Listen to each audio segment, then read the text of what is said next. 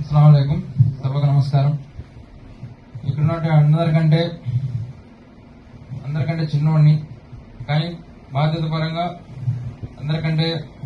spokes person అనేది, ఎందుకంటే సంఘం తరఫున ఒక రిప్రజెంట్ చేసే విధంగా అధికార ప్రతినిధి అంటే మన ఒక సంఘానికి కాదు, మన కులానికి ఒక అధికారాలకు కావాల్సిన హక్కులకు మానవ ప్రాణాలకు కూడా ప్రతినిధిగా వ్యవహరించే విధంగా నన్ను ఇక్కడ నియమించినటువంటి ముందుగా పెద్దలు రాష్ట్ర అధ్యక్షులు, అలాగే మన నూర్పాష కార్పొరేషన్ చైర్మన్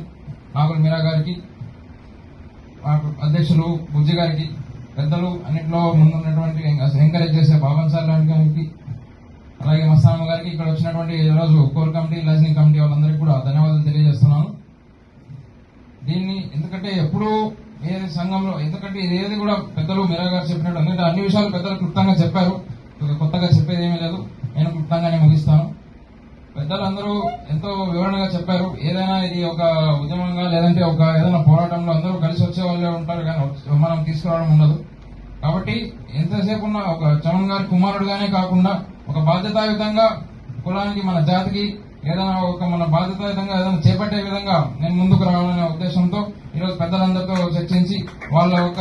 డైరెక్షన్ లో ముందుకు వెళ్ళడానికి, రాష్ట్రంలో కార్యక్రమాలు నిర్వహించడానికి కూడా ముందుంటానని సభగా తెలియజేస్తూ, ఇక్కడ మనకు ముఖ్యంగా ఉన్నటువంటి కులగణన కావచ్చు, మన విద్యార్థి సమస్యలు కావచ్చు, యువత సమస్యలు కావచ్చు, రాష్ట్రంలో మనకు ఉన్నటువంటి మ్యారేజ్ కాన్స్టిట్యూషన్, వివాహాలకు సంబంధించిన ఎన్నో సందర్భాలు, మనకు మెయిన్ కావాల్సిన ఉద్యోగ అవకాశాలు, మనకు విద్య, వైద్యం వంటి మౌలిక సదుపాయాలతో పాటు మనకు కావాల్సిన హక్కులను సాధించుకోవడంతో పాటు ఈ రోజు ప్రతి ఒక్క విషయంలోనూ మన వెనుకబడిన దాన్ని మనకు ముందుకు తీసుకెళ్లే విధంగా దానికి ప్రతి ఒక్కడు కూడా దాని విషయంగానే ఈ సంఘానికి పాటుపడేదా ఉంటుందని చెప్పి సభగా తెలియజేస్తూ,